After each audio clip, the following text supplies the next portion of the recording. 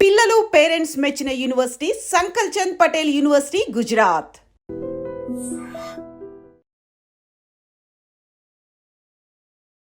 నమస్తే, welcome to iDream. ప్రతి మహిళ బిడ్డకు జన్మనివ్వడం అంటే పునర్జన్మ ఎత్తినట్లే. ఎందుకనంటే ఆ ప్రసవ వేదన అలాంటిది. చాలామంది దీనికి భయపడే తల్లితనానికి దూరం అవుతూ ఉంటారు. చాలామంది సిజేరియన్ చేయించుకుంటూ ఉంటారు. కానీ అమ్మతనాన్ని, అక్షరాల అమృత దానాన్ని మనం అనుభవించాలి అంటే నార్మల్ డెలివరీ ఎంతో ఇంపార్టెంట్. కానీ చాలామంది దీనికి భయపడిపోతూ ఉంటారు. ఇలాంటి భయాల్ని పోగొట్టి అందరికీ కొండంత అండ అని చెప్పడంలో ఎటువంటి అతిశయోక్తి లేని వ్యక్తి డాక్టర్ శిల్పిరెడ్డి గారు ఇప్పుడు మనతో పాటు ఉన్నారు. మరి వారితో మాట్లాడదాం. అసలు ఆవిడ 100కి 70% మందికి నార్మల్ డెలివరీ చేస్తూ ఒక రికార్డు నెలకొల్పారని చెప్పచ్చు. ఇప్పుడు ఆవిడతో మాట్లాడదాం. నమస్తే మేడం. నమస్కారం. ఎలా ఉన్నారు? మంచి. Thank you so much madam. ఎప్పటి నుంచో మీ ఇంటర్వ్యూ కోసం మేము ట్రై చేస్తూ ఉన్నాం, మాకు టైం ఇచ్చారు. అయితే చాలామంది ఇప్పుడు సిజేరియన్కి వెళ్తూ ఉన్నారు. నార్మల్ డెలివరీకి ఇంపార్టెన్స్ తగ్గిపోయింది. అసలు ఎందుకు ఇలాంటి సిచ్యువేషన్ ఎందుకు వచ్చింది? ఇప్పుడున్న కాలంలో ఆడవాళ్ళల్లో ఎన్నో రకాల అపోహలు, వాళ్ళు చదువుకున్నప్పటికీను వాళ్ళు ఇంకా ఇంకా ఇంకా అపోహల ఊబిలో వెళ్ళిపోతున్నారు. ఏమనుకుంటున్నారంటే బేసిక్గా వాళ్ళకి తెలియాల్సింది ఏంటంటే ఒక సర్జరీకి ఒక నార్మల్ డెలివరీకి నిజంగానే వాళ్ళకి డిఫరెన్స్ తెలీదా అన్నట్టు అనిపిస్తుంది. ఎందుకంటే వాళ్ళు ఇంకా కూడాను నొప్పి ఉంటుందేమో డెలివరీలో అనుకుని, అంటే ఆ నొప్పి వాళ్ళకి ఇంకా రాలేదు. ఎవరో పడిన నొప్పుల గురించి విని, ఎవరో చెప్పిన మాటల గురించి విని వాళ్ళే అలా మాకు కూడా జరుగుతుందేమో అని అనుకుని సిజేరియన్లకు వెళ్ళిన వాళ్ళు ఉంటారు. అలాగే నొప్పి రాకుండా సిజేరియన్ చేయించుకుంటే సిజేరియన్లో అనస్థీషియా ఇస్తారు కదా అని అనుకునే వాళ్ళు ఉంటారు. ఇదన్నిటికీ విడమర్చి ఏంటంటే తర్వాత కదా మాకు పెయిన్ తెలిసేది, అప్పుడు తెలియదు కదా అని అనుకునే వాళ్ళు కొంతమంది ఉంటారు. అయితే వాళ్ళందరికీ ఒకే సమాధానం. ప్రపంచవ్యాప్తంగాను ఎప్పటి నుంచో తరతరాలుగాను నార్మల్ డెలివరీయే కరెక్ట్ అనేది అందరూ తెలుసుకోవాల్సిన అవసరం ఉంది. ఎందుకంటే నార్మల్ డెలివరీ అనేది తల్లికి బిడ్డకి చాలా శ్రేయస్కరము, అదేవిధంగా మంచిది కూడా. ఖచ్చితంగా సిజేరియన్స్కి కొన్ని కారణాలు ఉంటాయి. అలాంటి పరిస్థితి వస్తే సిజేరియనే చెయ్యాలి.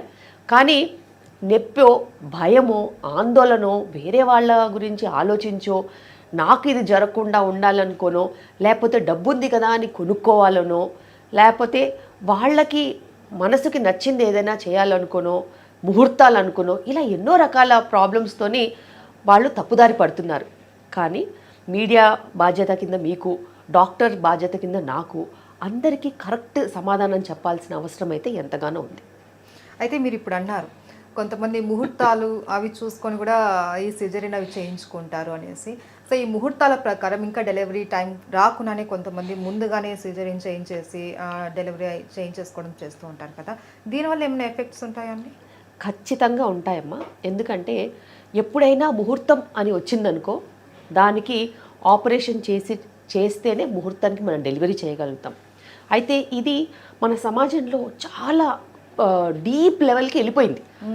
ఈ ముహూర్తానికి డెలివరీలు చేయించుకోవడము, మంచి రోజు మంచి సమయం అనేది అందరూ దానివైపు వెళ్ళడము, అదేవిధంగా ఇప్పుడు దాన్ని ఎక్కువగా చేయడానికి కూడా ఒక మంచి రోజు మంచి టైము, అదేవిధంగా చెడు రోజు చెడు టైము, అమావాస్య, గ్రహణము, ఇలాంటి ఎన్నో రకాల బిజినెస్ రూపాన కూడా వెళ్ళిపోయాయి. చాలా డీప్గా వెళ్ళిపోయాయి. బిజినెస్లు ఎవరైనా చేయొచ్చు, కానీ మనుషుల మనస్తత్వాన్ని బట్టి, వాళ్ళ వీక్ పాయింట్ని బట్టి బిజినెస్ అవుతుంది చూడండి, అది మట్టుకు చాలా తప్పు. అయితే నేను గత 25 సంవత్సరాల నుంచి డెలివరీస్ చేస్తున్నాను. ఎంబీబీఎస్ అయిన వెంటనే నుంచి నేను డెలివరీస్ చేస్తున్నాను. ఇది రోజు రోజుకి పిచ్చి ముదిరిపోతుంది తప్పితే తగ్గుముఖం పట్టట్లేదు. అయితే మేము డెలివరీ కోసము ఎవరైనా గర్భిణీ స్త్రీ వస్తే వాళ్ళతో ఒక సుమారుగా 8 నెలలు మినిమం మేము వాళ్ళతో ఉంటాం. ఎందుకంటే వాళ్ళు స్టార్టింగే ప్రెగ్నెన్సీ డయాగ్నోజ్ అవ్వగానే వచ్చారనుకో 8 నెలలు ఉంటాం. కాబట్టి వాళ్ళ మనస్తత్వం మాకు అర్థమవుతుంది. వాళ్ళ తీరు, వాళ్ళ గురించి మనకి క్లియర్గా తెలుస్తుంది. బీపీ ఉందా, షుగర్ ఉందా, లేకపోతే లావుగా ఉన్నారా, సన్నగా ఉన్నారా, లేకపోతే వాళ్ళకి ఇంకేమన్నా రిస్క్ ఫ్యాక్టర్స్ ఉన్నాయా, వాళ్ళ ఇంట్లో వాళ్ళు ఎలా ఉన్నారు, వాళ్ళ మనస్తత్వాలు ఏంటిది, ఇవన్నీ ఈజీగా పట్టేయచ్చు. పట్టేసినప్పుడు ఎవరికి ఎలా చెప్తే వింటారో అలా చెప్పాల్సిన అవసరం అయితే ఒక గైనకాలజిస్ట్ కింద ఉంది. ప్రాక్టీస్ దేవుందమ్మా, ప్రాక్టీస్ ఎవరైనా చేస్తారు, కానీ సమాజం మారాలి, మంచి అనేది నిలబడాలి అనేది చాలా చాలా ఇంపార్టెంట్. అలా ఒక సమాజాన్ని మార్చే శక్తి అనేది ఒక డాక్టర్కి ఎంతగానో ఉంటుంది. ఇదే విషయంలో ముహూర్తాలకి నేను కూడా డెలివరీ చేస్తాను, కానీ నార్మల్ డెలివరీ చేస్తాను. ఎందుకంటే వాళ్ళకి అలాంటి పిచ్చి కనుక ఉందనుకో, ఆపరేషన్ కంటే టైంకి ఒక మంచి రోజులు ఏమైనా ఉంటే చెప్పండి, మీకు అంతగా టైం అంటే టైం పిచ్చి కాకుండా రోజులు పిచ్చి ఏదైనా ఉంటే మట్టుకు మీరు చెప్తే ఆ రోజు కనుక నేను ఇండ్యూస్ చేసి డెలివర్ చేయగలిగితే ఖచ్చితంగా చేస్తాను. అలాగా తనకి ఫిజికల్ ఫిట్నెస్, తనకి బేబీ వెయిట్ కానీ వాటర్ లెవెల్ కానీ ఇలా అన్నీ మేనేజ్ చేసుకుని చేసిన రోజులు కూడా ఉన్నాయి. అయితే అది ఫస్ట్ ఆఫ్ ఆల్ మనం తగ్గించాలి. ఇక తగ్గించలేని పరిస్థితిలో ఆపరేషన్ చెయ్యడం కంటే ఇండక్షన్ ఆఫ్ లేబర్ చేసుకుని డెలివర్ చేయడం అనేది ఒక ఆల్టర్నేటివ్ కింద నేను నా కెరియర్లో ఇన్ని సంవత్సరాలుగా ప్రాక్టీస్ చేస్తున్నాను కాబట్టి ఆ మార్పు కూడా నా కెరియర్లో నేనే చేసుకోవాల్సిన అవసరం వచ్చింది. ఓకే. అయితే మేడం ఇప్పుడు కన్సీవ్ అయ్యాము అని చెప్పి కన్ఫర్మేషన్ వచ్చిన తర్వాత అప్పటి నుంచే నార్మల్ డెలివరీకి ఏమైనా జాగ్రత్తలు తీసుకోవాలా? ఖచ్చితంగా అమ్మ. ఇప్పుడున్న పరిస్థితిలో స్థూలకాయ సమస్య చాలా ఎక్కువగా ఉంది. ఒక్క 10 ఏళ్ల ముందు కనుక నేను మాట్లాడదలుచుకుంటే, ఒక్క 15 ఏళ్ళు నా కెరియర్లో ఫస్ట్ 15 ఇయర్స్ 35 కేజీస్ 40 కేజీస్ అంటే 35-40 కిలోలతో 16 ఏళ్ల వాళ్ళు, 18 ఏళ్ల వాళ్ళు, 20 ఏళ్ల వాళ్ళు ప్రెగ్నెన్సీకి రావడం, ప్రెగ్నెన్సీ కోసం బుక్ అవ్వడము, అలాగే జర్నీ వెళ్ళడము, అంత తక్కువ వెయిట్తో మేము తినమ్మా అని అడగడము, ప్రోటీన్ తినాలి, అది తినాలి, అన్నం కొంచెం ఎక్కువ తినాలి, ఇది తినాలి అని చెప్పి వాళ్ళకి ఇంట్లో వాళ్ళు వస్తే వాళ్ళకు కూడా వీళ్ళకి కొంచెం ఆహారం ఎక్కువ పెట్టాలని చెప్పి వాళ్ళ గ్రోత్లో ఉన్నారు, ఖచ్చితంగా వీళ్ళకి కొంచెం ఫుడ్ ఎక్కువ పెట్టండి, పని కొంచెం తక్కువ చెప్పండి అని చెప్పి వాళ్ళని ముందుకు తీసుకెళ్ళిన రోజులు ఉన్నాయి. కానీ ఇప్పుడు ఉన్న పరిస్థితిలో గత 5 సంవత్సరాలుగా అతి దారుణంగా 27, 30, 35, 38, 42 ఇది వయసు. ప్రెగ్నెంట్ ఉమెన్ మా దగ్గరికి ఫస్ట్ ప్రెగ్నెన్సీతో వచ్చే వయసు. ఫర్టిలిటీ ప్రాబ్లమ్స్తో వచ్చే వాళ్ళ సంగతి అయితే ఇంకా వేరే. దాంతోపాటు 60, 65, 70, 100, 120 కిలోలు. మరి ఈ వెయిట్ వాళ్ళకి అలా తినమని ఎలా చెప్తాము? సో వీళ్ళు నార్మల్ డెలివరీ అవ్వాలంటే అసలు 35-40 కేజీస్ ఉన్న వాళ్ళు 16-18 ఇయర్స్ మంచిగా ఇంటి నిండా పని చేసుకునే వాళ్ళు 2 టైమ్స్ పుష్ చేస్తే అటు ఆటో నుంచి హాస్పిటల్ లోపలికి రాగానే లేకపోతే లేబర్ రూమ్కి వెళ్ళగానే వచ్చిన గంటలోనే డెలివరీ అయిపోయేవాళ్ళు. అంటే అంత స్ట్రెంగ్త్, ఫ్యాట్ అనేది మెచ్చుకు కూడా ఉండేది కాదు, మంచిగా డెలివరీ అయిపోయేవాళ్ళు. ఎవరికో కానీ అమాస పౌర్ణానికి ఒక ప్రాబ్లం వస్తే వాళ్ళకి సెక్షన్ అయ్యేది, కానీ బిడ్డ అడ్డంగా ఉండవు, ఇలాంటి ఏదన్నా ప్రాబ్లమ్స్ ఉంటే తప్పితే. ఇప్పుడు వాళ్ళతో ఫుడ్ తగ్గించడం ఒక పెద్ద శ్రమ కింద సమస్య అయిపోయింది. ఎందుకంటే ఇంట్లో పని చేయడానికి పని లేదు చాలామందికి. ఇప్పుడు నేను ఇక్కడ హైదరాబాద్లో కదా ప్రాక్టీస్ చేసేది, పని వాళ్ళు ఉన్నారు. ఏదైనా కానీ stove, mixie, washing machine, switches, ఇంతే. వర్క్ ఏం చేస్తున్నారంటే typing, computerised work, stationery work. So దీంతో ఏమవుతుందంటే వాళ్ళ ఖర్చు పెట్టే క్యాలరీస్ అంటే మనం తిన్న ఫుడ్కి ఖర్చు చేసేది తక్కువ, అదేవిధంగా చుట్టుపక్కల ఆహారం కూడా రకరకాల ఆహారము, ఎన్ని రకాలో. రోడ్డు మీదకి వెళ్తే ఫుడ్, స్విగ్గీలో ఫుడ్, జొమాటోలో ఫుడ్, ఎక్కడ పడితే అక్కడ ఆర్డర్ చేసుకోవచ్చు, వంట చేసే పని లేదు. ఇలా ఎన్నో రకాలుగా రకరకాల ఫుడ్స్ అలవాటైపోయి వాళ్ళ పేరెంట్స్కి ఏంటంటే అయ్యో మేము చూసింది లేదు ఇంత ఆహారము, మన పిల్లలకైనా మంచి ఆహారం పెట్టాలని వాళ్ళకి అదో కోరిక. వీళ్ళేమో పని ఉండదు, కానీ ఏజ్ ఉంది, దానికి సరిపడా వెయిట్ ఉంది, అలాగే షుగర్ అనేది చాలా హై, ఒబెసిటీ అనేది చాలా హై ఈ ప్రెగ్నెంట్ ఉమెన్లో. ఇప్పుడు ఈ సమయానికి వాళ్ళ ఫుడ్ గనక మనం మేనేజ్ చేయలేకపోతే వాళ్ళకి స్థూలకాయ సమస్యల వల్ల వచ్చే బీపీ షుగర్ వచ్చిందంటే మరి డెలివరీ కూడా దాన్ని ఇన్ఫ్లుయెన్స్ చేస్తుంది ఖచ్చితంగా. పెద్ద బేబీస్ అన్నా ఉంటాయి, చిన్న బేబీస్ అన్నా ఉంటాయి. పెద్ద బేబీస్ వల్ల ఆపరేషన్స్ అన్నా అవుతాయి, చిన్న బేబీస్ వల్ల ప్రీటర్మ్ డెలివరీస్ అన్నా అవుతాయి. సో ఇలా రకరకాల సమస్యలు. ఈ సమస్యల్లో నుంచి బయటపడాలంటే వాళ్ళకి చాలా అవసరమైనది ఇప్పుడు గర్భిణీ స్త్రీలకి డిసిప్లిన్ ఎక్కడ స్టార్ట్ అవుతుంది? ఇంట్లో వంట చేసుకుని తింటే స్టార్ట్ అవుతుంది. తన కూరగాయలు తను కొనుక్కుని తెచ్చుకోవాలి. వంట చేసుకొని తినాలి. వంట చేసుకొని తినడమే కాకుండా ఇంటిల్లిపాది పని ఇద్దరు హస్బెండ్ వైఫ్ ఇద్దరు కలిసి ఇంటిల్లిపాది పని చేసుకోవాలి. తిను ప్రెగ్నెంట్తో పొట్ట పెంచితే వాళ్ళు ప్రెగ్నెంట్ లేకుండానే పొట్ట పెంచుతున్నారు అదే ఫుడ్ తిని. సో వాళ్ళిద్దరికీ డిసిప్లిన్ అనేది చాలా ఇంపార్టెంట్. సొంతంగా వండుకోవాలి. చాయిస్ ఆఫ్ ఫుడ్ మంచి ఆర్గానిక్ ఫుడ్ కనుక తీసుకున్నట్టు అయితే హౌస్ హోల్డ్ వర్క్తోని క్యాలరీస్ స్పెండ్ అవుతాయి. దాంతోపాటు ఎక్కువగా ఫుడ్ తినాల్సిన అవసరం లేదు. ఎందుకంటే ఒక 60, 70, 80, 90 kg ప్రెగ్నెంట్ ఉమెన్కి అన్ని క్యాలరీస్ అవసరం లేదు. అంత బేబీ వెయిట్గా ఉండాల్సినంత అవసరం లేదు. ఎందుకంటే ఆటోమేటిక్గా తన బాడీలో ఫ్యాట్ ఉంటుంది కాబట్టి తన వెయిట్ ఆటోమేటిక్గా దాన్ని కంట్రోల్ తెచ్చేస్తుంది. మంచి బ్లడ్ సప్లై ఉండేలాగా కొంచెం వ్యాయామము, ప్రీనేటల్ యోగా, ఎక్సర్సైజెస్ లాంటివి చేసుకుంటూ ఎంత త్వరగా వీలైతే అంత త్వరగా పడుకోవడము, లాస్ట్ ఫుడ్ 7:30, 8 మించి తినకపోవడము, ఆ తర్వాత సమయం ఉంటే అన్ని పనులు సర్దుకుని త్వరగా పడుకుని ఎప్పుడు వీలైతే మార్నింగ్ త్వరగా లేచి మిగతా పనులన్నీ చేసుకోవడము. సో ఇలా చేయడంతో ఏంటంటే వాళ్ళకి ఫిజికల్ ఫిట్నెస్ ఉంటుంది. ఎక్కువగా క్యాలరీస్ తీసుకోకుండా ఉండడం వలన చాలా సార్లు వాళ్ళు కార్బోహైడ్రేట్సే తింటున్నారు. అంతా పిండి పదార్థాలే. కార్బోహైడ్రేట్స్తో ఫ్యాట్ తప్పితే లాభం అనేదే లేదు. కాంప్లెక్స్ కార్బోహైడ్రేట్స్ తీసుకోవాలి. మనం మిల్లెట్స్ లాంటివి, రాగులు, సజ్జలు, సామలు, అరికెలు, జొన్న రవ్వ, జొన్న రొట్టె, సజ్జ రొట్టె, ఇలాంటివి కాంప్లెక్స్ కార్బోహైడ్రేట్స్ తీసుకోవాలి, గ్లూటెన్ లేనివి.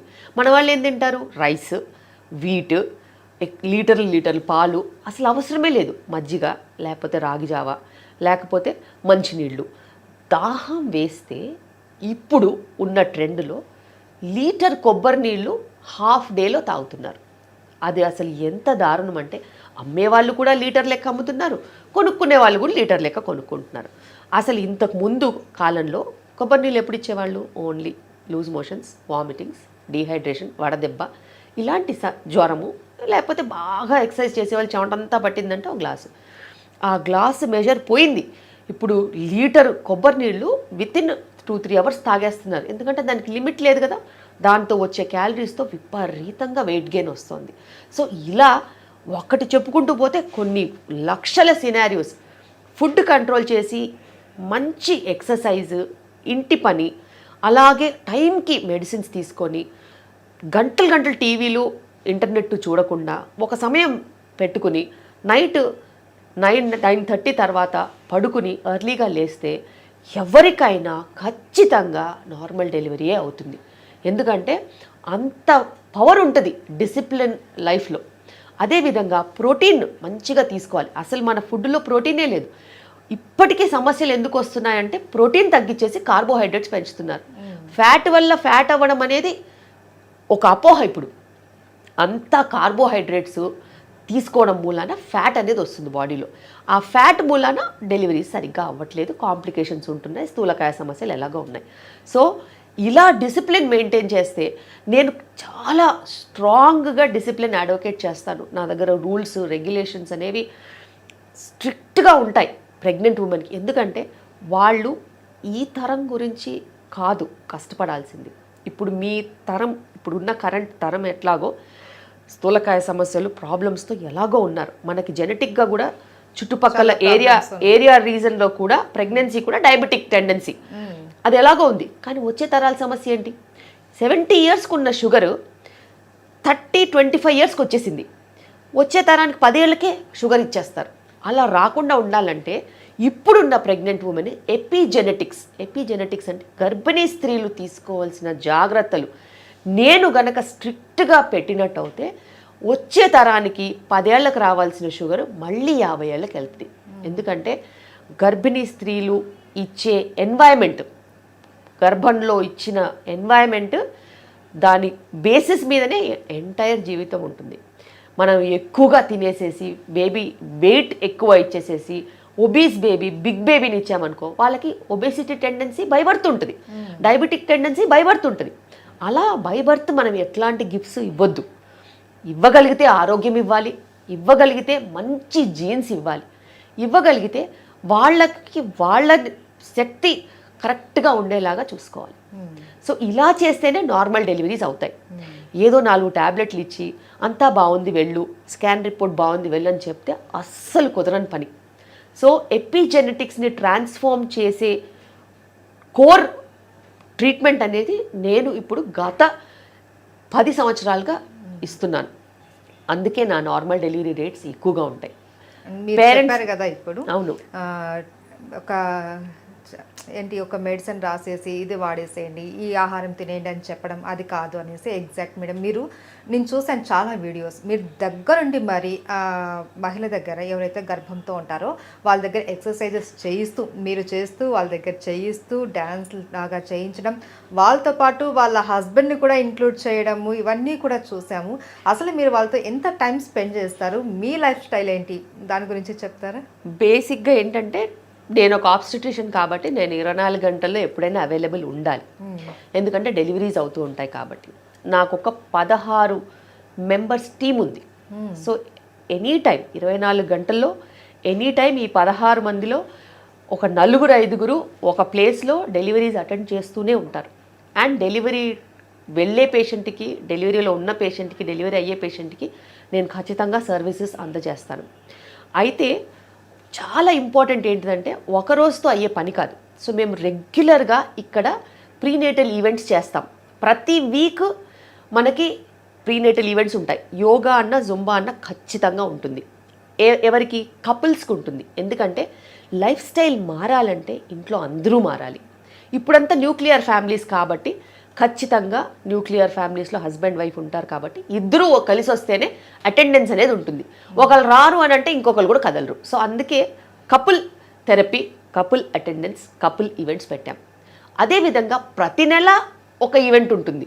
ఆ ఈవెంట్లో ఫ్యామిలీ మెంబర్స్ కూడా రావచ్చు. ఎందుకంటే ఎక్స్టెండెడ్ ఫ్యామిలీ ఉన్న వాళ్ళకి నిజాలు తెలియాలి, వాళ్ళ పిల్లల ఆరోగ్యం పట్ల అవగాహన ఉండాలి, వాళ్ళకున్న అపోహలు, వాళ్ళకున్న ఇన్ఫర్మేషన్తో ఇప్పుడు జనరేషన్ చాలా డిఫరెంట్గా ఉన్నారు కాబట్టి వాళ్ళకి కూడా మంచి ఎడ్యుకేషన్ ఉండాలి కాబట్టి వాళ్ళకి కూడా మనం ఈవెంట్స్ చేస్తాం. వీటన్నిటితో పాటు ఇక్కడ ఏవైతే నాకు కరెక్ట్ అనిపించే మెడిసిన్స్ నేను ఖచ్చితంగా అదే డోస్ అలాగే తీసుకోవాలని చెప్తాను. Vitamin D deficiency, calcium deficiency, iron supplementation, DHA supplementation చాలా చాలా ఇంపార్టెంట్. ఇవి నేను పద్ధతి ప్రకారం అందరికీ అందజేస్తాను. అదేవిధంగా కొన్ని ఫుడ్స్ ఉంటాయి ప్రెగ్నెన్సీకి సంబంధించిన ఫుడ్స్, ప్రెగ్నెన్సీలో హెల్త్ ప్రమోట్ చేసే ఫుడ్స్, సతావరి లాంటిది, శంఖపుష్పి, బ్రహ్మి, ఇవన్నీ ప్రెగ్నెన్సీలో సపోర్ట్ చేస్తాయి. అదేవిధంగా కోకోనట్ పీనట్ లడ్డు, నువ్వుల లడ్డు, దాని తర్వాత షుగర్ లేకుండా చేసిన రాగి లడ్డు, షుగర్ లేకుండా చేసిన ఓట్స్ లడ్డు, ఇవన్నీ కూడా చాలా ఆరోగ్యమైన ఐటమ్స్ అన్నీ వేసి, కొన్ని హర్బ్స్ వేసి డైజెషన్ ఇంప్రూవ్ అయ్యేలాగా చూసి ఇలాంటి కొన్ని ఫుడ్స్ కూడా ప్రమోట్ చేస్తాం. ఎందుకంటే ఇప్పుడు పిల్లలకి లేనిది ఏంటంటే స్ట్రెంగ్త్ ఉంది, ఒళ్ళుంది, ఆకారం ఉంది, మసిల్ జీరో. మసిల్ స్ట్రెంగ్త్ లేకపోతే వాళ్ళు ప్రెగ్నెన్సీలో డెలివరీ అవ్వడం కష్టం ఎలాగో ఉంటుంది, తర్వాత బిడ్డను ఎలా చూసుకుంటారు? బిడ్డను మోయాలి కదా, పాలు ఇవ్వాలి కదా. ప్రతిసారి పాలు ఇచ్చినప్పుడు ఒక 20 నిమిషాలన్నా చేయి పట్టుకోవాలి కదా. నీ మసిల్ సరిగ్గా లేనప్పుడు, నీ షోల్డర్ సరిగ్గా లేదు, నీ నెక్ సరిగ్గా లేదు, నీ హ్యాండ్ సరిగ్గా లేదు, నువ్వు ఎలా మోస్తావు? వాళ్ళకి సంబంధించి, పిల్లలకు సంబంధించి ఎన్నో పనులు ఉంటాయి. ఎత్తుకోవడం, పడుకోబెట్టడం, స్నానం చేయడం, డైపర్లు మార్చడం, ఇలా ఎన్నో రకాల పనులు ఉంటాయి. ఇవన్నీ కూడా చెయ్యలేని పరిస్థితిలో తల్లులు ఉంటున్నారు. వాళ్ళ తల్లులు చేస్తున్నారు తప్పితే వీళ్ళు చేయట్లేదు. ఎందుకంటే వీళ్ళ మసిల్స్కి స్ట్రెంగ్త్ లేదు కాబట్టి. ఆఖరికి నిద్రలో ఇటుపక్క నుంచి అటుపక్క తిరగలేకపోతున్నారు. అంటే ఆలోచించండి, ఈ మజిల్స్, అబ్డామినల్ మజిల్స్ ఎంత వీక్ అయి ఉంటే ఆ పరిస్థితి వస్తుందని. ఇంతకుముందు జనరేషన్కి ఎప్పుడు నేను అసలు ఆ కంప్లైంట్ వినలేదు. వాళ్ళ పేరెంట్స్కి చెప్తే అసలు మాకు ఇలా ఎప్పుడు జరగలేదు అన్నట్టు చూస్తారు. ఎందుకంటే వాళ్ళు రుబ్బారు, దంచారు, ఉతికారు, నీళ్లు తీసుకొచ్చారు, మోసారు. అన్ని అబ్డామినల్ మజిల్స్ స్ట్రైట్గా, హార్డ్గా, పర్ఫెక్ట్గా ఉన్నాయి. ఇప్పుడు అసలు ఏం పనులే లేవు, అసలు కోర్ స్ట్రెంథనింగ్ అసలు ఏమీ లేవు. అలాంటప్పుడు ఒక సైడ్ నుంచి ఇంకో సైడ్కి తిరిగితే విపరీతమైన నొప్పి, రాత్రి కూర్చొని ఏడవడం. సో ఇలాంటి పరిస్థితిలో మసిల్ స్ట్రెంగ్త్ని డెవలప్ చేస్తూ exercises, right nutrition, right vitamins ఇచ్చినట్టు అయితే ఖచ్చితంగా వాళ్ళకి హెల్ప్ అవుతుంది. అదేవిధంగా అనవసరంగా స్థూలకాయ సమస్యలు రాకుండా ఉంటాయి. ఇప్పుడు ఒక మహమ్మారితో మనము పోటీగా యుద్ధమే చేస్తున్నాం, కానీ చాలామందికి ఆ విషయం తెలియదు. ఎందుకంటే వాళ్ళు ఏమనుకుంటారంటే బాగా తిండి పెట్టాలి, బాగా ఫుడ్ ఇవ్వాలి, 2 మనుషులకు సరిపడా ఫుడ్ పెడితే వాళ్ళ ప్రెగ్నెన్సీ కాదు, వాళ్ళ ఫ్యూచరే నాశనం అయిపోతుంది. సో ఇది అర్బన్ పాపులేషన్. కానీ రూరల్ పాపులేషన్లో కూడా సేమ్ ఇలాగే జరుగుతుంది. ఎందుకంటే వాళ్ళకి కూడా మిక్సీలు వచ్చేసాయి, వాళ్ళు కూడా అసలు ఏమి, వాళ్ళు కూడా పనులు బాగా తగ్గిపోయాయి. ఆఖరికి పని మానేసి పెన్షన్తో కూర్చొని తింటున్నారు తప్పితే పనిలోకి వెళ్తే ఆరోగ్యం ఉంటుందనే కామన్ సెన్స్ లేకుండా పోయింది. సో ఇంత చెడులో నేను ఏదో ఒకటి ట్రై చేసి మంచి తీసుకుని వస్తే వాళ్ళు వాళ్ళ పిల్లల్ని తర్వాత చూసుకుని వాళ్ళ పిల్లల ఆరోగ్యాన్ని తర్వాత చూసుకుని మురిసిపోతారని ఒక సంతోషం అంతే. అయితే మేడం నార్మల్ డెలివరీ అన్నది చాలామంది చేయించుకోవాలని అనుకుంటారు నార్మల్ డెలివరీ, కానీ మీరు చెప్పినట్లు ఒక అపోహ భయం వల్ల అలా చేస్తారు. బట్ ఈ థాట్ మీకు ఎలా వచ్చింది? ప్రతి ఒక్కరిలోనూ ఒక అవగాహన తీసుకురావాలి నార్మల్ డెలివరీ మీద, దానివల్ల కలిగే ప్రయోజనాలు ఏంటి, నెక్స్ట్ తరానికి మనం ఏమి ఇవ్వాలని అనుకుంటున్నాము, ఇవన్నీ చెప్పాలి అనే థాట్ మీకు ఎలా వచ్చింది? ఆ థాట్ నాలో నుంచే వచ్చింది. ఎందుకంటే నాకు జరగని మంచి వేరే ఎవ్వరికి జరగకుండా ఉండొద్దు, ఒక డాక్టర్ అంటే ఇలా ఉండాలి అని నా లైఫ్ని చూసి నేనే నేర్చుకున్నాను. ఎందుకంటే యాజ్ అ గైనకాలజిస్ట్ నాకు చాలా ఫర్టిలిటీ సమస్యలు వచ్చాయి, లైఫ్ స్టైల్ ప్రాబ్లమాటిక్గా ఉండింది చాలా. ఎందుకంటే చాలా ఎక్కువగా వర్క్ చేసేదాన్ని నేను. దాని తర్వాత ఐవీఎఫ్ అయినా ప్రీటర్మ్ డెలివరీ అయింది. ఆ తర్వాత నేను మారి కుటుంబానికి ఎంత సమయం ఇవ్వాలి, వర్క్ ఎంత సమయం ఇవ్వాలి, ఫుడ్కి ఎలాంటి ఫుడ్ తీసుకోవాలి, రెస్ట్ అంటే ఏంటి, రిలాక్సేషన్ అంటే ఏంటి, పిల్లలకి ఏం చెయ్యాలి, ఎలా చెయ్యాలి, ఆర్గానిక్ లివింగ్ అంటే ఏంటి, సస్టైనబుల్ లివింగ్ అంటే ఏంటి, అన్నీ పాటించేసరికి 40 ఏళ్ళకి న్యాచురల్ ప్రెగ్నెన్సీ వచ్చింది. సో అది చూశాక ఇంకా నేను మళ్ళీ వెనక్కి తిరగలేదు. ఎందుకంటే ఇలా జరిగినప్పుడు, నాకే ఇలా జరిగినప్పుడు మరి నాలెడ్జ్ లేని వాళ్ళు, గైనకాలజిస్ట్ కాని వాళ్ళకి ఎంత అన్యాయం జరగవచ్చు. అందుకే నేను ప్రపంచంలో నేనున్నంత కాలము నా దగ్గరికి వచ్చే వాళ్ళందరికీ కరెక్ట్ అయిన ట్రీట్మెంటే ఇవ్వాలని నేను నిలబడ్డాను. అదేవిధంగా నేను వర్క్ చేసే hospital management KIMS cuddles mother and child centre Kondapur, KIMS వాళ్ళు కూడా అప్పుడు మదర్ అండ్ చైల్డ్ సెగ్మెంట్ కోసము ఒక వినూత్నంగా ఎవరన్నా చేయగలుగుతారా అని వెతుకుతున్నారు. ఇక్కడ మేము కడల్స్ స్టార్ట్ చేసినప్పటి నుంచి ఇప్పటి వరకు కూడాను మేము ప్రపంచంలో జరిగే బెస్ట్ ట్రీట్మెంట్ మన ఆయుర్వేద, మన గర్భ సంస్కార్, మన బేసిస్లో ఉన్న ట్రీట్మెంట్స్ అన్నీ కలిపి ఒక క్షేమకరమైన మంచి pregnancy planning, treatment, delivery, post delivery care అన్నీ ఇస్తున్నాం. ఓకే. అయితే మేడం చాలామందికి కొన్ని అపోహలు ఉంటాయి. డెలివరీ టైంలో కావచ్చు, లేకపోతే ఎప్పుడైతే కన్సీవ్ అవుతారో అప్పటి నుంచి కూడా భార్యాభర్తలు కలయిక అన్నది నార్మల్ డెలివరీకి ఇబ్బంది అవుతుంది. ఈ కన్సీవ్ టైంలో భార్యాభర్తలు కలవకపోవడం మంచిది అనేసి చాలామంది దూరంగా ఉంటారు. ఇది ఎంతవరకు కరెక్ట్? నిజంగా ఇలా కలవడం వల్ల నార్మల్ డెలివరీకి ఏమైనా ఇబ్బందులు అవుతాయా? ఇప్పుడున్న పరిస్థితిలో ఒక చెడు అనేది మంచి కంటే ఎక్కువ వేగంగా వెళ్ళిపోతుంది. అదే నేపథ్యంలో fertility treatments, infertility pregnancies, multiple pregnancies, రికరెంట్గా వాళ్ళకి గర్భం పోవడము, ఇలా ఎన్నో సమస్యలు చూసిన వాళ్ళలో, క్రిటికల్ ప్రెగ్నెన్సీస్లో ఉన్న వాళ్ళలో కొంతమందికి మాయ కిందికున్న అలాంటి వాళ్ళకి కలుసుకోవద్దు, బరువు పనులు చేయొద్దు, ప్రయాణాలు చేయొద్దు, ఇలా కొన్ని వాళ్ళకి టిప్స్ చెప్తూ ఉంటాం. వాళ్ళకని వాళ్ళ పొజిషన్కి ఉన్నదని కాకుండా నలుగురికి చెప్పి, ఆ నలుగురు ఇంకొకరికి చెప్పి, ఆ నలుగురు ఇంకొకరికి చెప్పి ఏదైతే చెడు వ్యాపిస్తుందో అదే రకంగా వ్యాపించింది. చాలా తక్కువ కండిషన్స్లో ఇలాంటివన్నీ ఉంటాయి. తప్పితే రెగ్యులర్గా హస్బెండ్ వైఫ్ కలిసి ఉండొచ్చు, వాళ్ళు హ్యాపీగా ఉండొచ్చు. వాళ్ళు ఎంత హ్యాపీగా ఉంటే బిడ్డ అంత హ్యాపీగా ఉంటుంది. గర్భ సంస్కారంలో కూడా అదే చెప్తారు. తల్లి బిడ్డ ఒక బాండింగ్ కంటే ఎక్కువ విలువైనది తండ్రి, తల్లి, బిడ్డ ముగ్గురు కలిసి ఉన్న బాండింగ్ అనేది చాలా ఏర్పడాల్సిన అవసరం ఉంది. సో వాళ్ళు ఫిజికల్గా హ్యాపీగా ఉంటే అన్నీ సవ్యంగానే జరుగుతాయి. ఏదైనా ఒక చిన్న మెడికల్ కండిషన్స్ ఏమైనా ఉంటే మీ డాక్టర్ ప్రత్యేకంగా ఎలాంటి ఏమన్నా ఉంటే చెప్తారు. కానీ మీకు ఎటువంటి అపోహలు ఉండాల్సిన అవసరం లేదు.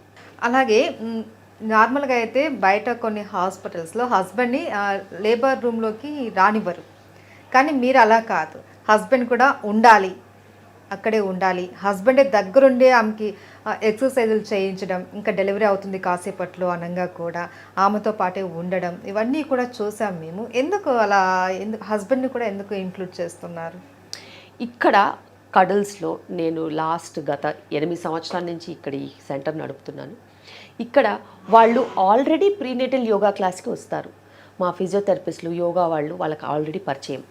అది కాక మళ్ళీ మంత్లీ సెషన్స్ ఉంటాయి, మా మిస్సెస్ మామ్ ఈవెంట్స్ ఉంటాయి. ఇలా ప్రతి ఒక్క రిసెప్షన్ నుంచి లేబర్ రూమ్ వరకు ఎవరు ఉంటారో వాళ్ళకు ఆల్రెడీ పరిచయాలు ఉంటాయి. కొత్త పాత లాంటి ఏమీ ఉండవు. అండ్ ఒకే సంకల్పం, నార్మల్ డెలివరీ చేయాలి. నొప్పులు వచ్చే గర్భిణీ స్త్రీకి మనము చేయూతనివ్వాలి, సపోర్ట్ ఇవ్వాలి.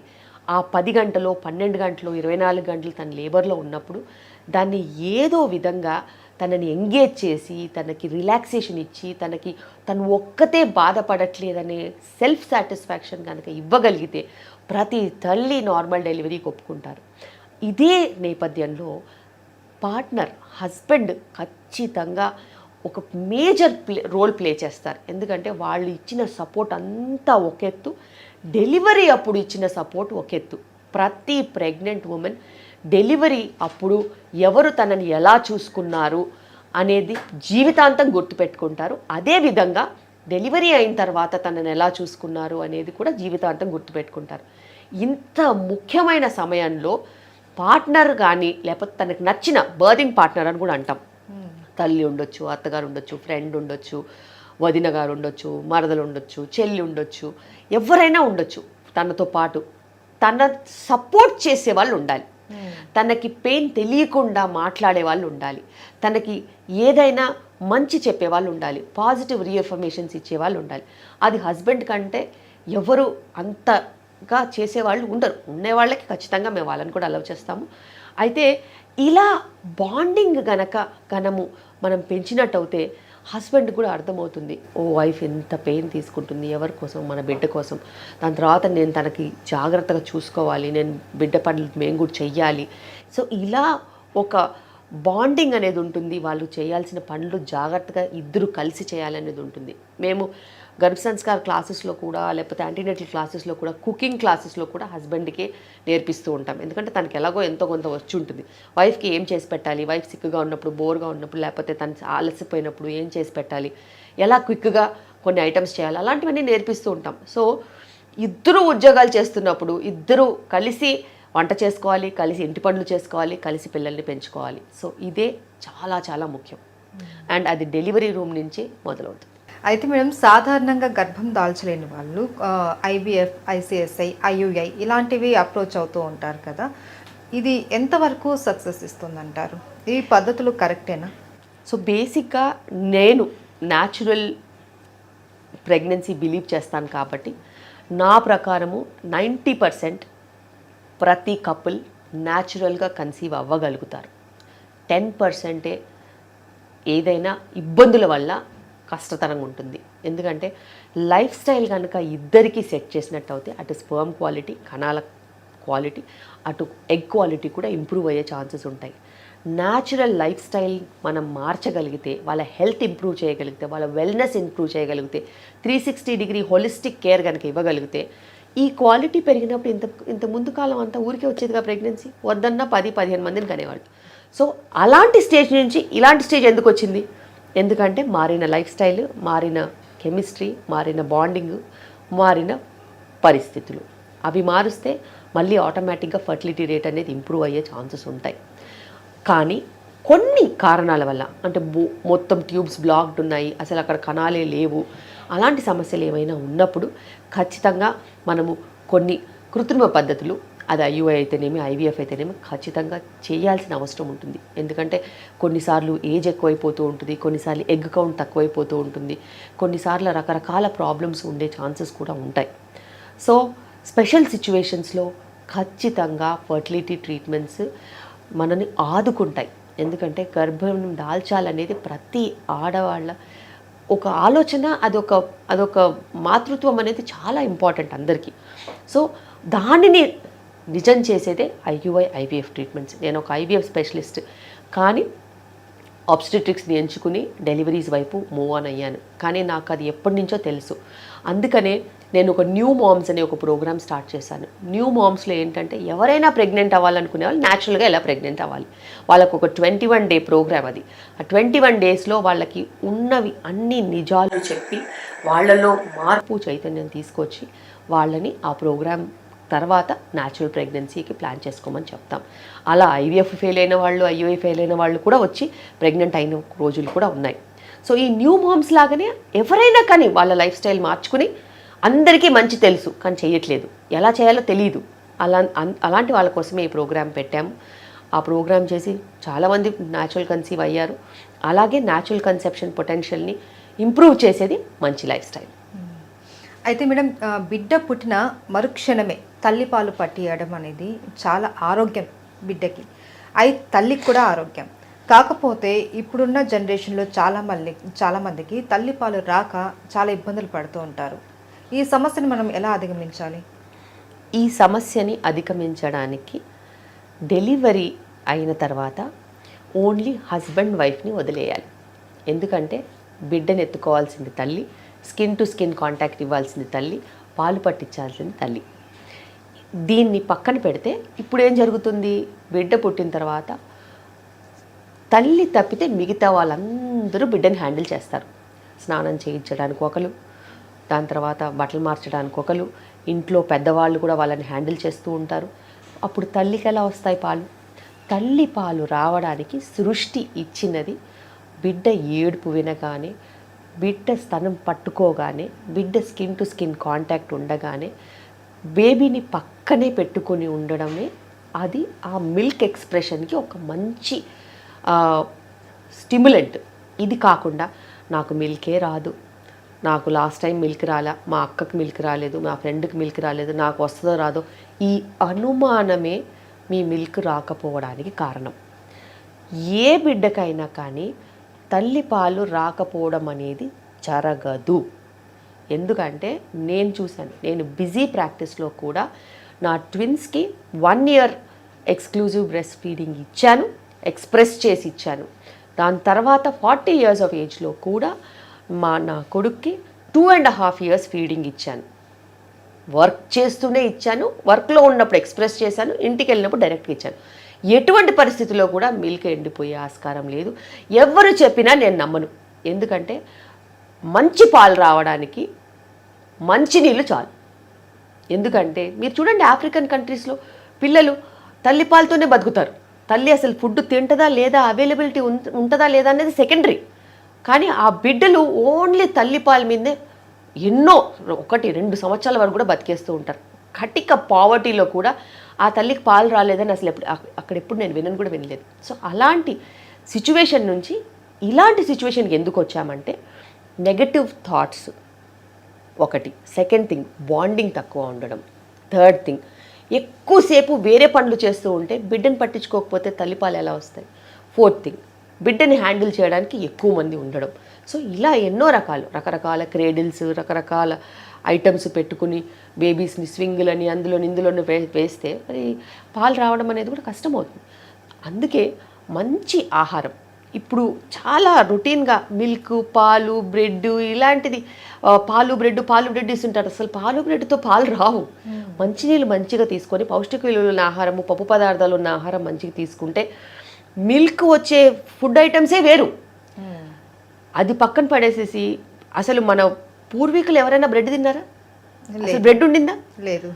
అసలు ఆ పరిస్థితి పక్కన పెడితే పండు ముసలావులు కూడా వచ్చి బ్రెడ్ తిన్నావా, ఇంటికి పంపిస్తే చాలు డెలివరీ అయిన మదర్ని మళ్ళీ వెనక్కి వచ్చేంత వరకు అదే బ్రెడ్ పాలు.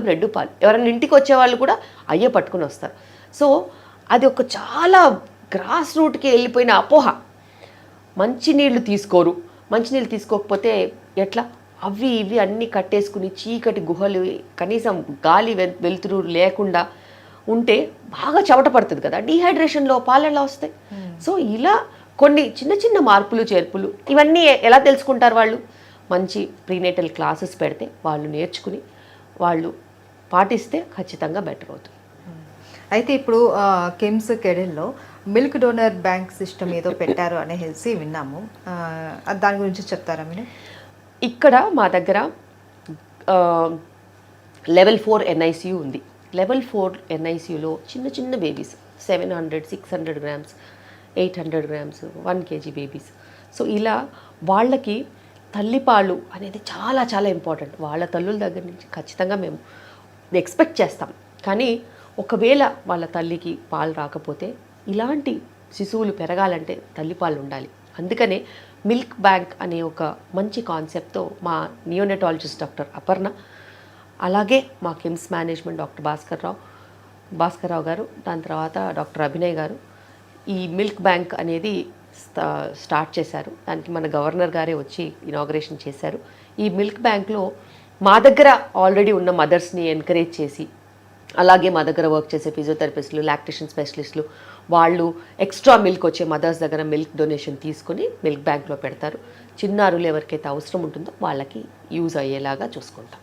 మేడం, ఇంతకుముందు మనము ఐవీఎఫ్, ఐయుఐ వీటి గురించి మాట్లాడుకున్నాం. మీరు చెప్పారు లేదు 90% నార్మల్ ప్రెగ్నెన్సీ వస్తుంది అనేసి అన్నారు. అన్ని విధాలా ట్రై చేసి ఇంక వేరే ఆప్షన్ లేక చాలామంది సరోగసీని కూడా అప్రోచ్ అవుతున్నారు ఈ మధ్య.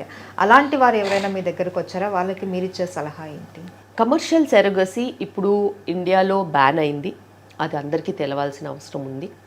సరోగసీకి ఇప్పుడు ఒక లా, ఒక యాక్ట్, ఒక రూల్ బుక్ అనేది ఉంది. సరోగసీ చాలా లిమిటెడ్ ఇండికేషన్స్, చాలా తక్కువ మందికి ఆ సౌభాగ్యం అనేది ఉంటుంది. దానికి కమిటీ ఉంది, దానికి మెంబర్స్ ఉన్నారు, దానికి ఖచ్చితంగా లీగల్గా పేపర్ వర్క్ ఉంటుంది. ఇవన్నిటితో పాటు దానికి ఒక సెట్ ఆఫ్ రూల్ బుక్స్ ఉంటాయి. ఇంతకుముందు కమర్షియల్ సరోగసీ వల్ల చాలా ఇబ్బందులు అయ్యాయి కాబట్టి ఇప్పుడు దాని గురించి చాలా విశ్లేషణ చేసి చాలామంది దాని గురించి ఒపీనియన్ తీసుకొని దానికి చాలా స్ట్రిక్ట్ రూల్స్ పెట్టారు. అయినప్పటికీ నిజంగా గనక అవసరం ఉంటే కమర్షియల్ సరోగసీ కాకుండా మన అప్రూవల్ తీసుకుని, మన గవర్నమెంట్ అందులో ఆ కమిటీలో జడ్జెస్ ఉంటారు, లాయర్స్ ఉంటారు, సోషల్ యాక్టివిస్టులు ఉంటారు, అందరి దగ్గర కమిటీ దగ్గర మనము అప్లై చేసుకుంటే నిజంగా సరోగసీ అనేది చేయాల్సిన పరిస్థితి ఉంటే వాళ్ళు అప్లికేషన్ యాక్సెప్ట్ చేస్తారు. దాని తర్వాత కొన్ని సెంటర్సే ఉన్నాయి, అందులో లీగల్గా వెళ్ళి చేయించుకుంటే మీకు ఎప్పటికైనా ప్రాబ్లమ్స్ రాకుండా ఉంటాయి. అండ్ నార్మల్ డెలివరీ విషయంలో కొంతమందికి కాకపోవడానికి రీజన్ కడుపులో ఉన్న బేబీకి కొన్ని హెల్త్ ఇష్యూస్ వల్ల కూడా సి సెక్షన్ చేస్తారు అనేసి విన్నాము. అంటే ఎలాంటి ప్రాబ్లమ్స్ వస్తే సి సెక్షన్కి వెళ్తారు మీరు? సిజేరియన్కి చాలా రకాల కారణాలు ఉంటాయి. ఒకటి, ఇప్పుడున్న పరిస్థితుల్లో అన్నిటికంటే ఎక్కువ సిజేరియన్లు అయ్యేది ఇంతకుముందు సిజేరియన్ అయిన వాళ్ళకి. అలా కాకుండా ఉండడానికి మేము ఇక్కడ వీబ్యాక్ డెలివరీస్ అంటే వెజైనల్ డెలివరీ ఆఫ్టర్ సిజేరియన్ చేస్తున్నాం. అదే కాకుండా మాయ కిందికి ఉంటే దారి ఉండదు కదా, అలాంటప్పుడు సెక్షన్ చేయాల్సిన అవసరం వస్తుంది. అదేవిధంగా మనం చూసుకున్నట్టయితే దారి కనుక చిన్నగా ఉన్నా, పెల్విస్ అనేది చిన్నగా ఉన్నా, లేకపోతే బేబీ వెయిట్ ఎక్కువగా ఉన్నా, అలాగే హై బీపీ వచ్చేసేసి ఇమీడియట్ డెలివరీ చేయాల్సిన పరిస్థితి వచ్చినా, ఇలా ఎన్నో రకాల ఇండికేషన్స్, ట్రిప్లెట్స్, ట్విన్లో కూడా హెడ్ కిందికి లేకపోవడం, ఫస్ట్ ట్విన్కి బ్రీచ్ డెలివరీస్, ఇలా ఎన్నో రకరకాల కారణాల వల్ల సిజేరియన్స్ అయ్యే ఛాన్సెస్ ఉంటాయి. అయితే ఇలా సిజేరియన్ అవ్వకుండా ఉండడానికి ఇక్కడ మేము ఇంతకుముందు సిజేరియన్ అయిన వాళ్ళకు కూడా నార్మల్స్ చేస్తున్నాము. బ్రీచ్ అంటే ఎదురుకాళ్ళు ఉన్న బేబీస్ కూడా నార్మల్ ఖచ్చితంగా ట్రై చేస్తాము. వాళ్ళు ఇంకా మేము చేసుకోము అనే అలాంటి ఇండికేషన్స్ ఉంటే తప్పితే. మూడోది, ట్విన్స్కి కూడా ఒకవేళ ఫస్ట్ బేబీ హెడ్ డౌన్ ఉన్నట్టు అయితే నార్మల్ డెలివరీస్ చేస్తున్నాం. సో ఇన్ని రకాలుగా నార్మల్ డెలివరీని ప్రమోట్ చేస్తున్నాం. అండ్ ఇలా చేయడానికి కొన్ని సంవత్సరాల ట్రైనింగ్ అనేది అవసరం. వాళ్ళకి ఇన్ఫర్మేషన్ ఇవ్వాలి, కౌన్సిల్ చెయ్యాలి, వాళ్ళని వాళ్ళు ఖచ్చితంగా ఒప్పుకునేలాగా వాళ్ళకి అనిపించాలి. చాలా చోట్ల ఎందుకు ఒప్పుకోవట్లేదు? ఎందుకంటే వాళ్ళకి ఆ కాన్ఫిడెన్స్ రావట్లేదు. డాక్టర్స్ మీద కూడా కాన్ఫిడెన్స్ ఉండాలి, చుట్టుపక్కల అలా జరిగే వాళ్ళు ఉండాలి. వాళ్ళ చుట్టుపక్కల ఎవరికన్నా అలా డెలివరీలు కానప్పుడు వాళ్ళు ఎలా నమ్ముతారు?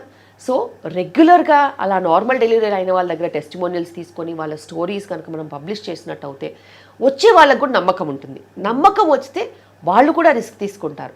వాళ్ళు రిస్క్ తీసుకున్నప్పుడు మనం చేయగలుగుతాం. సో అదంతా మ్యూచువల్. అలాంటి ఒక సిస్టమ్ డెవలప్ చేస్తే మటుకు నిజంగా చెప్తే నార్మల్ డెలివరీస్ అయ్యే ఛాన్సెస్ ఎక్కువగా ఉంటాయి. నార్మల్ డెలివరీ చేయించుకోవాలి అనుకున్న ప్రతి ఒక్కళ్ళకి first option, best option Shilpi Reddy గారు. మరి ఈ శిల్పిరెడ్డి గారి లైఫ్ స్టైల్ ఎలా ఉంది అన్నది చాలామంది తెలుసుకోవాలని అనుకుంటారు. సో వారి కోసం, మా కోసం ఒకసారి చెప్తారా? బేసిక్గా మార్నింగ్ 6 o'clock 6:15కి నేను లేస్తాను. మా పిల్లలు ముగ్గురిని లేపుతాను. వాళ్ళు సైక్లింగ్ అన్నా వాకింగ్ అన్నా నాతో పాటు వస్తారు. ఆ తర్వాత 7 నుంచి మేము 8 o'clock వరకు అందరం రెడీ అయ్యి కలిసి కూర్చొని ఏదైనా బ్రేక్ఫాస్ట్ లాంటిది చేసి వాళ్ళు స్కూల్కి వెళ్తారు, నేను హాస్పిటల్కి వస్తాను. హాస్పిటల్కి వచ్చాక ఒక 2 hours 10 o'clock వరకు ఏమన్నా గైనిక్ సర్జరీస్ ఉంటే చేసుకోవడము, లేకపోతే లేబర్ పేషెంట్స్ని డాన్స్ చేయడం కానీ, వాళ్ళకి ఎక్సర్సైజ్ చేయించడం కానీ, ఇవన్నీ కూడా ఉంటాయి. 10-10:30కి ఓపీడీ స్టార్ట్ అయిందంటే మధ్య మధ్యలో డెలివరీస్కి వెళ్తాను, సర్జరీస్కి వెళ్తాను, పేషెంట్స్ చూస్తాను. 4-5 గంటల వరకు పేషెంట్సే ఉంటారు మొత్తము. 5 o'clock తర్వాత నెక్స్ట్ యాక్టివిటీస్ ఏంటి, నెక్స్ట్ ప్లాన్స్ ఏంటి, మా మిస్సెస్ మామ్ ఈవెంట్ స్ట్రాటజీస్, దాని తర్వాత బ్రాండింగ్ స్ట్రాటజీస్, నెక్స్ట్ ఏ ఈవెంట్ చేయాలి, ఎక్కడ చేయాలి, ఎలా చేయాలి, ఎలా ఉపయోగపడాలి, ఎవరిని పిలిస్తే, ఏ థెరపీ చేస్తే, లైక్ మ్యూజిక్ థెరపీ ఉంటాయి. ఇలా రకరకాల క్రాస్గా ఎవరైనా ఉంటే వాళ్ళని పిలిచి వాళ్ళతో మంచి మోటివేషనల్ లెక్చర్స్ ఇవన్నీ కూడా ఉంటాయి. ఇంటికి వెళ్ళాక కలిసి అందరం భోజనం చేస్తాము. మా ఇంట్లో స్ట్రిక్ట్ రూల్ 8:30కి అంతా అయిపోయి 9 గంటలకంతా పడుకోవాలి. 9 గంటలకి అందరం పడుకుంటాము. అయితే ఎప్పుడు ఎమర్జెన్సీ ఉన్నా, ఎప్పుడు డెలివరీ ఉన్నా, ఎప్పుడు లేబర్ ఉన్నా వెంటనే లేచి వచ్చేస్తాను. లేచి వచ్చి అది అయిపోగానే మళ్ళీ ఇంటికి వెళ్ళి పడుకుంటాను. మళ్ళీ మా పిల్లలతో సహా మార్నింగ్ 6 o'clock స్టార్ట్ అవుతుంది. సో ఇది నా దినచర్య. ఇందులోనే వీకెండ్స్ అయితే వాళ్ళని బయటికి తీసుకెళ్ళడము ఇవన్నీ కూడా ఉంటాయి. వాళ్ళు అసలు కాంప్రమైజ్ అవ్వరు. వాళ్ళని కూడా బ్యాలెన్స్ చేసుకుంటూ ఎప్పుడైనా ఏదైనా హాలిడే వస్తే వాళ్ళని బయటికి హాలిడే తీసుకెళ్ళడము, అలాగే మా స్టాఫ్తో టైం స్పెండ్ చేయడము. ఇక్కడంతా ఆహ్లాదకరమైన ఎన్వైరన్మెంట్ ఉంటుంది. నవ్విస్తూ పొద్దు నుంచి సాయంత్రం వరకు మేము పగలబడి నవ్వుతూనే ఉంటాం. ఎందుకంటే అలాంటి ఒక ఎన్వైరన్మెంట్ మెయింటైన్ చేస్తేనే స్ట్రెస్ రిలీఫ్ అనేది ఉంటుంది. లేబర్ రూమ్లో స్ట్రిక్ట్గా రాక్షసుల్లాగా కనిపిస్తే అస్సలు వాళ్ళు భయపడతారు. సో బేసిక్గా అలా భయం ఉండకుండా వాళ్ళకి మనం ఫ్రెండ్స్ లాగా ఉండి ఫ్యామిలీ లాగా ఉంటేనే వాళ్ళు కాన్ఫిడెంట్గా ఉంటారు, వాళ్ళు 100% ఇవ్వగలుగుతారు. సో అదే మా ఫండ. మేడం, ఇప్పటి వరకు మీ కెరియర్లో 25 సంవత్సరాలు మీరు ప్రాక్టీస్లో ఉన్నారు. ఎన్ని ఇంకా నార్మల్ డెలివరీస్ చేశారు మీరు? మీ సక్సెస్ రేట్ ఏంటో చెప్తారా? బేసిక్గా నార్మల్ డెలివరీస్ అంటే కొన్ని వేలల్లో చేశాను. నాకు అసలు ఎంత నంబర్ అని కూడా గుర్తుకులేదు. అయితే ఇప్పుడున్న పరిస్థితిలో ఒక 70% success rate of normal delivery అనేది మెయింటైన్ చేస్తున్నాము. ఎందుకంటే ఇప్పుడు పేషెంట్స్కి నమ్మకం కూడా ఉంది, వాళ్ళు మారాలని వాళ్ళకి ఆ సంకల్పం వచ్చింది. కోవిడ్ వచ్చి వెళ్ళాక అందరిలో మార్పు వచ్చింది. అంటే కొంచెం మారాలి, యాక్సెప్ట్ చేస్తున్నారు, ఒక స్టెప్ అయితే వేస్తున్నారు. అదేవిధంగా నేను చెప్పినట్టు అన్నీ ఫాలో అవుతారు. దాంతోపాటు అలా ఫాలో అయ్యే వాళ్ళే వస్తారు. బేసిక్గా ఫాలో కాని వాళ్ళు వచ్చి లాభం లేదు.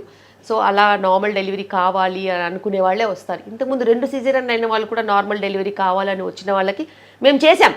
ఎందుకంటే వాళ్ళ సంకల్పమే వాళ్ళకి దారి చూపిస్తుంది. బట్ ఇంపాసిబుల్ అంటారు కదండి. That is possible. There is nothing called impossible. It is I'm possible. ఇంతకుముందు 2 సిజేరియన్ అయిన వాళ్ళకు కూడా నార్మల్ డెలివరీ చేసాం. ఇంతకుముందు మయోమెక్టమీ అయి సిజేరియన్ అయిన వాళ్ళకు కూడా నార్మల్ డెలివరీ చేసాం. ఎందుకంటే ఒక సంకల్పానికి అంత శక్తి ఉంటుంది. నీకు కావాలి అని నువ్వు అనుకున్నావా, నేను ఇది చేసి పెడతా. ఖచ్చితంగా మనం ప్రయత్నం చేస్తామంటే వీఆర్ హాఫ్ విన్ అయిపోయాము. అక్కడ గెలుపు అనేది మన నమ్మకంలోనే ఉంది. మన నమ్మకం వచ్చిందంటే ఫినిష్, గెలిచామే అంతే. Thank you so much madam. చాలా విలువైన టైం కేటాయించారు, చాలా వివరాలు తెలియజేశారు. Thank you. నమస్కారం.